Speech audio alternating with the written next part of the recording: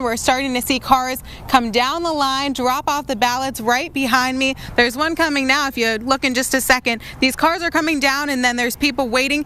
20 pages Superintendent Tanner sent home to parents. When this storm hit, Wayne Workman was sitting on the other side of his home in his bedroom. If he would have been in what was the kitchen or the living room, this could be a very different story. And this is Samantha's kitchen. Dozens of neighbors here on Gordon Drive checked their mailboxes on Sunday.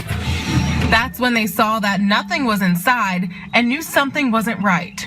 Yeah, Rob, right outside of the courthouse. I just stepped out. They're starting to arraign some of those people. You can see the sheriff over my shoulder. I just talked to a very confident Sheriff Mike Fridley and also a very tired one. He said they've been out searching for this man all night. Were you beating her up? What were you doing? At the time, I was desperately trying to get some information. Now, I also spoke one-on-one with Senator Sanders following the event. I'll have more of our conversation coming up at 11. All that we know right now is that one woman was shot. We don't know her condition yet, but a police officer did tell me that they expect her to live. They had 30 stranded vehicles. You can see one of those vehicles. Oh, and he's coming in right now. We'll have to see if we can grab him for you. I guess we're not going to be talking to him. He just pulled off, but feel free to send them my way. Guys, back to you in the studio.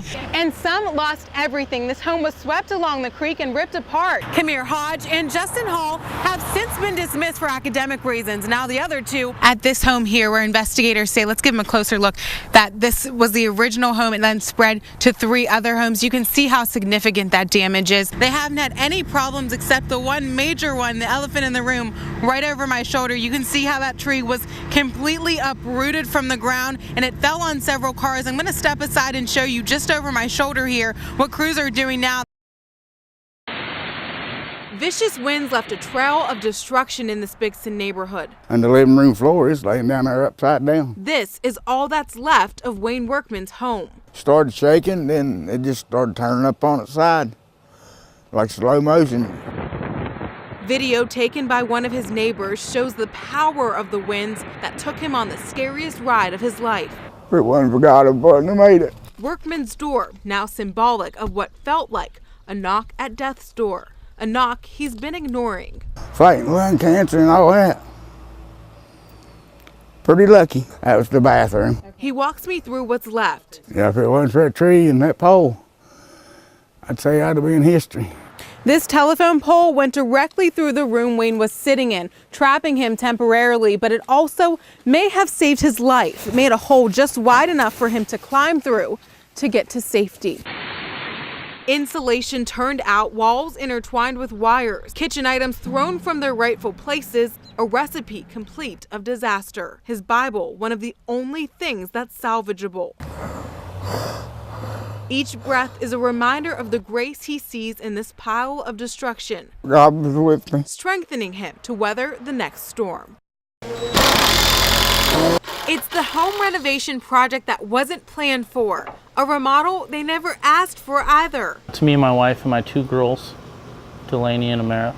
Derek Palmer was raising a family at his home in Clendenin until historic flooding destroyed it in June. Now he's working to make a house a home again.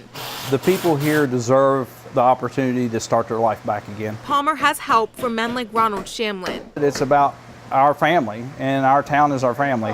A town trying to rebuild, but the work is demanding. It's exhausting. And strenuous. And record high temperatures are adding hurdles to this already unwanted construction project. We can't wait for the weather to be better. We can't wait for the timing to be right. This is far from glamorous work. It's muddy, it's almost 100 degrees, but homeowners say they have no choice.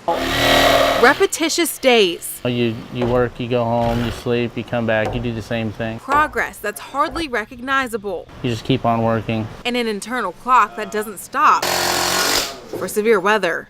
So we're here and we're gonna build it again and stay here. The measurements, they have to be exact. But the help, No amount of help is too small. an extra mile or even an inch, makes a difference. Make sure that we do the little things. They're believing that Palmer's home and his city will be stronger after the floods, When it's over and done with, absolutely. and that the heat waves will calm and flood waves will quiet. Jatara McGee, WSAZ News Channel 3, Clendenin. He's taking it and he's turning it into a positive thing. Wrapped in protective garments on his arms and legs, 5-year-old Kyler Grayley channels his inner superhero. He couldn't stand where his legs were burnt so bad. Kyler was severely burned in a campfire accident in October. My legs are all on fire, and then... You were patting the fire off. Yeah. No, I was smacking. Oh, you were smacking the fire. Kyler and his family can smile now, knowing that he is slowly but surely getting better. That night, Kyler's burns were so severe, he was flown to a burn center in Pittsburgh. What he later told his family about his flight will forever send chills down his mom's spine. He had talked to Jesus, and Jesus told him that everything was going to be okay. So I had to stay in the bone doctor down for a long, long time. There, they cleaned and treated his wounds daily. And that was very traumatic for him. I mean, that's probably one of the most painful things I've ever seen. Heart-wrenching to see him like that. But Kyler's injuries would have been even worse if Kyler's father hadn't taken the brunt of the explosion. Did everything he could and did what a father could do to protect his son. And this son did the same for his dad. I saw a little fire on his legs when he ran right to me, and I smacked it. These gloves that protect Kyler's healing hands serve as a reminder of his bravery. You fought the fire and you won, right? Fire versus human. And his next mission is to become a burn doctor himself.